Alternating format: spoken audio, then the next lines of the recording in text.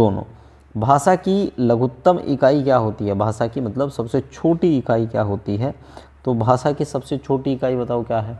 अगर आपसे पूछा जाए तो भाषा की सबसे छोटी इकाई क्या है? ध्वनि। ध्वनि के बाद क्या आता है? नंबर 1 पर है ध्वनि, नंबर 2 पर आएगा वर्ण, नंबर 3 पर आएगा अक्षर और नंबर 4 पर क्या आ जाएगा?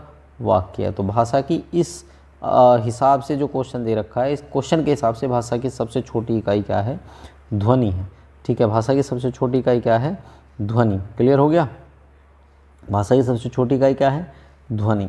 अब अगला क्वेश्चन क्या है? अगला क्वेश्चन है कि भाषा की विशालकाय इकाई क्या है? मतलब भाषा की सबसे बड़ी इकाई क्या है इसके अकॉर्डिंग। तो देखो, अक्षरों के समूह से क्या बनेगा? शब्द। शब्द से क्या बनेंगे? वाक्य। तो पहले नंबर पर तो आ जाएगा अक्षर, दूसरे पर आ जाएगा शब्द, तीसरे पर आ जाएगा वाक्य, तीसरे पर आ जाएगा उपसर्ग। ऐसे करो इसको सॉरी ऐसे करेंगे। सबसे पहले क्या बनेगा? अक्षर, उसके बाद दूसरे नंबर पर आ जाएगा उपसर्ग, तीसरे पर आ जाएगा आपका शब्द और चौथे नंबर पर क्या आ जाएगा? वाक्य। तो क्वेश्चन के अकॉर्डिंग विशालकाय इकाई पूछिए कि सबसे विशालकाय इकाई क्या है? तो आंसर आ जाएगा इसकी सबसे विशालकाय इकाई है यहाँ पर वाक्य। ठीक है, क्या है? वाक्य है। अगला क्वेश्चन क्या है? भाषा की। देखो इसके अगर क्रम को देखोगे आप तो आपका इसका क्रम ऐसे हो सकता है कि एक होती है ध्वनि, ध्वनि से बनता है क्या? वर्ण, वर्ण से बनता है क्या? अक्षर। ठीक, क्या बनता है? अक्षर। अक्षर से बनता है क्या? शब्दांश। ठीक, क्या बनता है? शब्दांश। शब्दांश से क्या बनता है? अगर आपसे पूछा जाएगा तो बनेगा शब्द। शब्दांश को ही क्या कहा जाएगा? शब्दांश को ही कहा जाता है उपसर्ग। ठीक है, अब इससे उपसर्ग से क्या बना? शब्द। शब्द से क्या बनता है? तो इससे बनता है पद। पद से क्या बनता है? पद को ही कई जगह क्या कहा जाएगा अगर आपसे पूछा जाए तो पद को ही एक चीज़ और कह देते हैं कई बार, पदबंध। क्या कह देते हैं? पदबंध कह देते हैं। क्या कह देते हैं? पदबंध। ठीक है, उसके बाद आता है वाक्यांश। क्या आता है? वाक्यांश या उपवाक्य। ठीक है, वाक्यांश या उपवाक्य। क्लियर। और फिर आता है आपका क्या? वाक्य। तो ये पूरा का पूरा सिस्टम ऐसे है। तो सबसे बड़ी इकाई क्या है? वाक्य। सबसे छोटी इकाई क्या है अगर आपसे पूछा जाए तो सबसे छोटी इकाई है ध्वनि। भाषा की सबसे छोटी सार्थक इकाई। सार्थक का मतलब ऐसी इकाई जिसका कोई क्या हो? अर्थ हो। तो भाषा की सबसे छोटी सार्थक इकाई क्या है? भाषा की सबसे छोटी सार्थक इकाई होती है शब्द। अगर क्वेश्चन आए कि सबसे छोटी इकाई तो आंसर आएगा सबसे छोटी इकाई है क्या? ध्वनि। और अगर आपसे पूछा जाए सार्थक इकाई सबसे छोटी तो आंसर क्या आ जाएगा? शब्द। ठीक है, समझ में आ रहा है क्या है सबसे छोटी सार्थक इकाई? सबसे छोटी सार्थक इकाई है इसकी सबसे छोटी सार्थक इकाई है इसकी शब्द। ठीक है, पदों का सार्थक समूह क्या कहलाता है? अगर आपसे क्वेश्चन ये आ जाए कि पदों का सार्थक समूह क्या कहलाता है तो क्या बताओगे? बताओ क्या कहलाता है? वाक्य कहलाता है, शब्द कहलाता है, पद, वर्ण क्या कहलाएगा? तो पदों का सार्थक समूह पद तो कहलाएगा नहीं, पद तो आ गए इसमें। पदों का सार्थक समूह क्या कहलाएगा? जल्दी से बताओ, कमेंट करो कि पदों का सार्थक। जैसे अगर आ जाए विभक्ति युक्त पद, क्वेश्चन क्या है? अगर क्वेश्चन ऐसे आए विभक्ति युक्त शब्द, अगर क्वेश्चन ये आता तब तो आंसर क्या होता कि विभक्ति युक्त शब्दों को क्या कहा जाता है? विभक्ति युक्त शब्द को जो है वो क्या कहलाते हैं? पद कहलाते हैं। पर ये क्या कह रहा है? पदों का सार्थक समूह क्या कहलाएगा? पदों का सार्थक समूह कहलाएगा वाक्य। ठीक है, पदों का सार्थक समूह क्या कहलाता है? पदों का सार्थक समूह कहलाएगा वाक्य कहलाएगा। ठीक, अगला क्वेश्चन नंबर 6 है, जिन वर्ण का उच्चारण बिन किसी दूसरे वर्ण की सहायता से किया जाता है वो क्या कहलाएंगे? तो देखो, जिसका उच्चारण बिना किसी दूसरे वर्ण की सहायता से किया जाता है उसको क्या कहा जाता है? स्वर। स्वरों में सबसे पहले आते हैं आपके क्या? मूल स्वर। और मूल स्वर से ये परिभाषा बनी है क्या कि जैसे मूल स्वरों की संख्या क्या है? अ, ई, उ और री, ये हैं आपके क्या? मूल स्वर हैं। तो इनका जो उच्चारण है बिना किसी की सहायता के किया जाता है तो उसी को क्या कहा जाएगा? स्वर कहा जाएगा। व्यंजन क्या होते हैं? व्यंजन वो होते हैं जिनका उच्चारण जो है किसकी सहायता से किया जाता है? स्वरों के सहयोग से किया जाता है। उनको क्या कहा जाता है? उनको हम व्यंजन कहते हैं। अयोगवा जो स्वर और व्यंजन के बीच की कड़ी है उसको क्या कहेंगे? अयोगवा कहेंगे। तो आंसर क्या है इसका? स्वर है। हिंदी में स्वर वर्णों की संख्या कितनी है? अगर हिंदी में स्वर वर्णों की संख्या पूछे तो कोई भी बता देगा 11। ठीक है। निम्न में कौन सा भूल नहीं है? ये मूल स्वर है। निम्न में कौन सा मूल स्वर है? कौन सा स्वर है? निम्न में कौन सा मूल स्वर है? ठीक है, कौन सा मूल स्वर नहीं है? निम्न में कौन सा मूल स्वर नहीं है? समझ में आ गया क्वेश्चन? तो मूल स्वर कौन सा नहीं है बताओ? मूल स्वर ये भी है, ये भी है, ये भी है, पर मूल स्वर आ नहीं है। क्यों? वे स्वर जिनका निर्माण किसी की सहायता से नहीं हुआ उनको क्या कहेंगे? मूल स्वर। पर आ जो है वो आ कैसे बना है? अ प्लस अ मिलकर क्या बना है? आ बना है। तो ये क्या है? ये मूल स्वर से बना है, तो ये मूल स्वर नहीं है। इसको क्या कहेंगे? ये है अपने आप में दीर्घ स्वर। क्या है ये है दीर्घ स्वर। ठीक, समझ में आ गया? क्या है ये? दीर्घ स्वर है। क्लियर? ये क्या है? दीर्घ स्वर है। क्लियर? अगला क्वेश्चन है द्विमात्रिक स्वर। द्विमात्रिक स्वर किसको कहा जाता है? क्वेश्चन समझ में आ गया होगा कि द्विमात्रिक स्वर, हिंदी वर्णमाला में द्विमात्रिक स्वर किसको कहा जाएगा? लघु स्वर को, दीर्घ स्वर को, प्लुत स्वर को किसको कहा जाएगा? भाई ये तो सबको पता है कि द्विमात्रिक स्वर किसको कहा जाएगा। द्विमात्रिक स्वर जो है किसको? दीर्घ स्वर को कहा जाता है। किसको कहा जाएगा? दीर्घ स्वर को। दीर्घ स्वर के कितने सारे नाम हैं? दीर्घ स्वर को संधि स्वर भी कहते हैं। क्या कहते हैं इसको? दीर्घ स्वर को संधि स्वर भी कहते हैं। इसके अलावा इसको क्या कहते हैं? विजातीय स्वर भी कहते हैं। क्या कहते हैं इसको?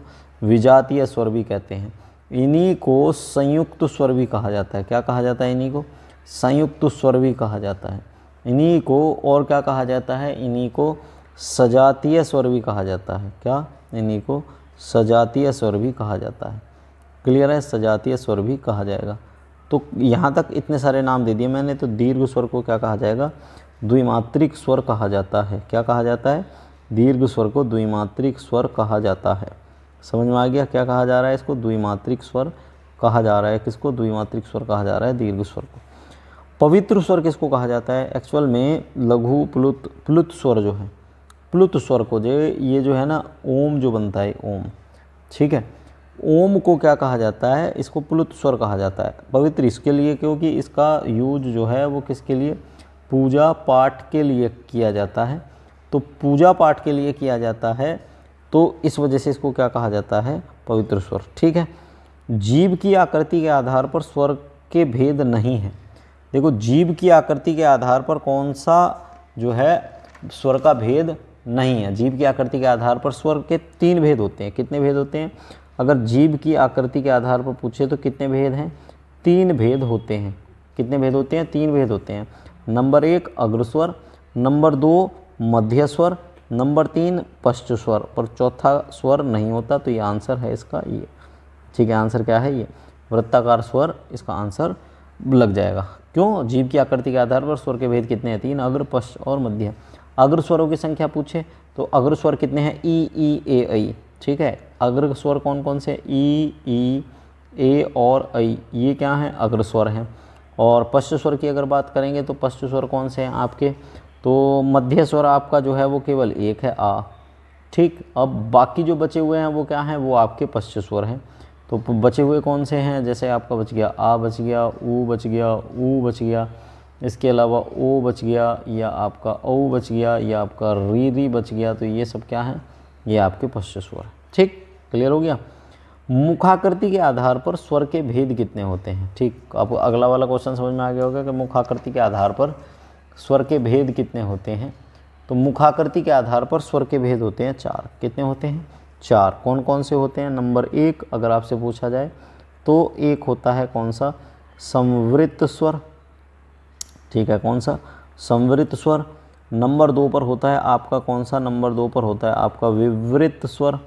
ठीक है, कौन सा? विवृत स्वर। नंबर 3 पर होता है ईषद संवृत स्वर। ठीक है, कौन सा? ईषद संवृत स्वर। ठीक है, ईषद संवृत स्वर। और नंबर 4 पर होता है ईषद विवृत स्वर। ईषद विवृत स्वर। ठीक है, ईषद विवृत स्वर। ठीक है, कौन सा? ईषद विवृत स्वर। तो मुखाकृति के आधार पर स्वर के 4 भेद होते हैं। क्लियर हो गया। सबसे बड़ा स्वर कौन सा है? तो सबसे बड़ा स्वर वर्णमाला में किसको माना जाता है? क्योंकि इसको बोलने में बहुत ज़्यादा टाइम लगता है, तो इसलिए इसको कई बार क्या मान लेते हैं, इसको औ को सबसे बड़ा स्वर मान लेते हैं। रूप के आधार पर व्यंजन कितने प्रकार के होते हैं? क्वेश्चन समझ में आ गया कि व्यंजन किसको कहा जाएगा? जिनका उच्चारण किसकी सहायता से, जिनका उच्चारण किसकी सहायता से हो, स्वरों की सहायता से हो, उसको क्या कहा जाएगा? व्यंजन कहा जाएगा। रूप के आधार पर व्यंजन अगर आपसे पूछा जाए तो दो प्रकार के होते हैं, ठीक है, दो प्रकार के। देखो अब व्यंजन को ऐसे बांट सकते हैं, ये हो गया व्यंजन। व्यंजन को दो पार्ट में बांट लो। कौन कौन से दो पार्ट हैं? एक पार्ट है स्वर रहित व्यंजन, स्वर रहित व्यंजन, ठीक है, और एक हो जाएगा आपका स्वर सहित व्यंजन, ठीक है। कौन सा? स्वर रहित व्यंजन, और एक हो जाएगा स्वर सहित व्यंजन। निम्न में कौन सा वर्गीय व्यंजन है? निम्न में कौन सा वर्गीय व्यंजन है? तो वर्गीय व्यंजन कौन सा है इनमें? तो वर्गीय व्यंजन जो है क से लेकर म तक के जो व्यंजन है उनको क्या कहा जाएगा? वर्गीय व्यंजन। तो बीच में कौन सा आता है? त। अरे आप ऐसे समझो, क ख ग घ अंग, च छ ज झ य, ट ठ ड ढ ण, त थ द ध न, प फ ब भ और म। तो यहाँ से लेकर यहाँ तक जो है ये वर्गीय व्यंजन है। तो बीच में क्या आ रहा है? त आ रहा है, बाकी कोई सा नहीं आ रहा। तो इसका आंसर क्या हो गया? सी। कौन सा वर्ण अंतस्थ नहीं है? अंतस्थ नहीं है। अंतस्थ कौन कौन से होते हैं? य, र, ल और व। तो य भी है, र भी है, ल भी है। कौन सा नहीं है? बी। आंसर क्या हो गया इसका? आंसर हो गया बी। कौन सा वर्ण पंचमाक्षर नहीं है? तो ये जो है आपसे पूछा जाए तो ये आपका क्या है? ये अयोगवाह है। ये क्या है? अयोगवाह। और ये क्या है आपके? ये आपके अनुनासिक, अनुनासिक, अनुनासिक या क्या है? ये पंचमाक्षर है, ठीक है। क्या है? अनुनासिक या क्या है? पंचमाक्षर है, ठीक है। अनुनासिक या पंचमाक्षर है। दंत द्वारा कौन सा वर्ण उच्चारित किया जाता है? दंत द्वारा, दांतों के द्वारा कौन सा जो है उच्चारित किया जाता है? अगर आपसे पूछा जाए तो क्या बताओगे? त थ द ई चो यसा नाम तालू, ठीक है। या ई चो त थ द ध, त थ द ध। थ तो आधा है इसलिए नहीं है, ना नहीं है, ढ नहीं है। इसका आंसर है द, ठीक है। कौन से? त थ द ध, ठीक है। त थ द ध उच्चारित किया जाता है, त थ द ध। अब इसमें ना भी है, दंत द्वारा ना भी है, पर ना जो है वो क्या है? अनुनासिक है। ना जो है वो क्या है? अनुनासिक है। इस वजह से ना को नहीं रखा। अब ऐसा नहीं है कि ना जो है दंत नहीं है, ना दंत है, पर अनुनासिक की वजह से इसको ना उत्तर नहीं दिया। हाँ, अगर ये कह देता कि कौन सा वर्ण दंत द्वारा उच्चारित किया जाता है और यहाँ धा ना होता, तब क्या लगाते? ना लगाते। क्यों? क्योंकि ना के अंदर दो क्वालिटी हैं, तो इसमें एक क्वालिटी कौन सी रखी है? अनुनासिक वाली वजह से ये आंसर नहीं दिया। मूर्धन्य मूर्धन्य के लिए कौन सा विकल्प उपयुक्त है? मूर्धन्य के लिए, मूर्धन्य में कौन कौन से आते हैं? मूर्धा, ट ठ ड ढ ण, ट ट ठ ड ढ, ठीक है, और ण। तो ट ठ तो है, ठीक है, ड भी है, ठीक है, और णा भी है, पर क्या नहीं है? ता नहीं है। तो आंसर क्या हो जाएगा इसका? आंसर हो जाएगा त, ठीक है। समझ में आ गया? वह वर्ण जिसके उच्चारण में मुख से कम वायु निकलती है, कम वायु की वजह से उसको क्या कहा जाएगा? अल्प। कम का मतलब होता है, कम का मतलब क्या होता है? कम का मतलब होता है अल्प। और वायु का मतलब क्या होता है? वायु का मतलब होता है प्राण, ठीक है। वायु का मतलब क्या होता है? वायु का मतलब होता है प्राण, ठीक। संधि व्यंजन कौन सा नहीं है? संधि व्यंजन कौन सा नहीं है? देखो, संधि व्यंजन का मतलब क्या होता है? जो दो अलग अलग व्यंजनों से मिल, देखे ऐसे, जैसे ये है आपका क प्लस श, इसका क प्लस श, क प्लस श, तो ये बन गया क्ष। तो इसका मतलब ये है द प्लस य, क्या बन गया? द। प, ये स्र तो कोई शब्द ही नहीं होता है, ठीक है, ये तो कोई शब्द ही नहीं है, ठीक। और ये बनाएगा ज प्लस या, तो ये तीन तो हैं, ये कोई शब्द ही नहीं है, इससे वर्णमाला में कोई शब्द ही नहीं बनता। तो ये आंसर क्या है इसका, सी है। किस प्रकार के वर्ण एक प्रकार के चिन्ह होते हैं? तो किस प्रकार के अयोगवाह जो है ये वर्ण भी होते हैं और एक प्रकार के क्या होते हैं, एक प्रकार के चिन्ह होते हैं, ठीक है। क्लियर हो गया। कौन सा वर्ण मूर्धन्य नहीं है? मूर्धन्य नहीं है। मूर्धा अगर आपसे पूछा री र श ई, निम्न में कौन सा मूर्ध, ठीक है। एक फॉर्मूला मैंने तुम्हें बता रखा है, सबको ऑफलाइन वाली क्लास में सबको बताया था, ऋतु रसानाम मूर्धन्य बताया था, याद है? ऋतु रसानाम मूर्धा बताया था, ऋतु रसानाम मूर्धा। तो ऋतु रसानाम में क्या था कि र का री और टू का ट ठ ड ढ ण, इसके अलावा र और श, ये सब क्या होते हैं, मूर्धा होते हैं। तो देखो री है, ये हो गया, र है, ये हो गया, श है, ये हो गया, ई नहीं है, बस काम खत्म। तो अगर ये वाले फार्मूले तुम्हें याद हैं तो तुम कर दोगे आराम से। क्लियर हो गया। निम्न में कौन सा वर्ण कंठोष्ठ है? कंठोष्ठ है, ठीक है। तो कंठोष्ठ में आपको क्या बताया था, ओ दो तो कंठोष्ठ, क्या बताया था, ओ दो तो कंठोष्ठ। तो इसका मतलब क्या था कि ओ और ओ ये दोनों के दोनों क्या हैं, कंठोष्ठ हैं। कौन सा वर्ण कंठोष्ठ है, ये आपका कंठोष्ठ है। हिंदी भाषा में अधिकांश विराम चिन्ह लिए गए हैं, तो हिंदी भाषा के ज़्यादातर विराम चिन्ह कहाँ से लिए गए हैं, पुर्तगाली भाषा से लिए गए हैं। निम्न में कौन सा विराम चिन्ह नहीं है, कौन सा इनमें विराम चिन्ह नहीं है? तो ये आपका क्या है, विराम चिन्ह नहीं है। ये क्या है आपका, अयोगवाह। ये क्या है, अयोगवाह। ये क्या है, अयोगवाह है। ये क्या है आपका, ये है आपका पूर्ण विराम। ये क्या है, पूर्ण विराम है। ये क्या है आपका, नुक्ता है। और ये आपका क्या है, ये आपका कोष्ठक है। तो आंसर हो गया, मिल गया। योजक चिन्ह कौन सा है? तो योजक चिन्ह आपका ये है। योजक चिन्ह किसके बीच में लगता है? ऐसे शब्द जैसे माता पिता, लाभ, हानि, इनके बीच में क्या लगता है, योजक चिन्ह लगता है, ठीक है। ये चिन्ह जो है आपका कैसा है, ये आपका समाप्ति सूचक है। कौन सा है, समाप्ति सूचक है, ठीक। और इसको क्या कहते हैं, इसको कह देते हैं हंस पद। ये कैसा है, ये आपका रिक्त चिन्ह। कैसा चिन्ह है, रिक्त चिन्ह है। निम्न में समाप्ति सूचक चिन्ह कौन सा है? समाप्ति सूचक कौन सा है? तो समाप्ति सूचक मैंने बताया था, इस तरीके से हो सकता है, इस तरीके से हो सकता है, ऐसे हो सकता है, ऐसे हो सकता है, ऐसे हो सकता है। तो इनमें से कोई सा भी नहीं है, तो आंसर है इनमें से कोई भी नहीं, ठीक है। समझ में आ गया। ये क्या है, ये आपका कॉलम है। ये आपका क्या है, ये आपका विस्मय बोधक है। और ये क्या है, ये आपका अर्ध अल्प विराम है, ठीक। त्रुटि को सुधारने के लिए किसका प्रयोग किया जाता है? त्रुटि को सुधारने के लिए इसको कहते हैं त्रुटि सुधार चिन्ह। इसको क्या कहेंगे, त्रुटि सुधार। ये क्या है, बराबर। ये क्या है आपका, अयोगवाह। और ये क्या है आपका अल्प विराम, वो क्या कहते हैं, योजक चिन्ह। ये जो है इसको क्या कहा जाएगा? इसको अगर आपसे पूछा जाए, देखो तुमने देखा भी होगा, बताओ जरा, डॉक्टर, प्रोफेसर, ठीक है, और जैसे उत्तर प्रदेश लग रहा है ये, तो इस तरह के चिन्ह को क्या कहा जाएगा? इस तरह के चिन्ह को कहा जाता है लाघव चिन्ह। क्या कहा जाता है इसको? लाघव चिन्ह कहा जाता है, ठीक है। क्या कहा जाएगा? लाघव चिन्ह कहा जाता है इसको, ठीक है। क्या कहा जा रहा है इसको? लाघव चिन्ह कहा जा रहा है। संज्ञा के मूल प्रकार कितने हैं?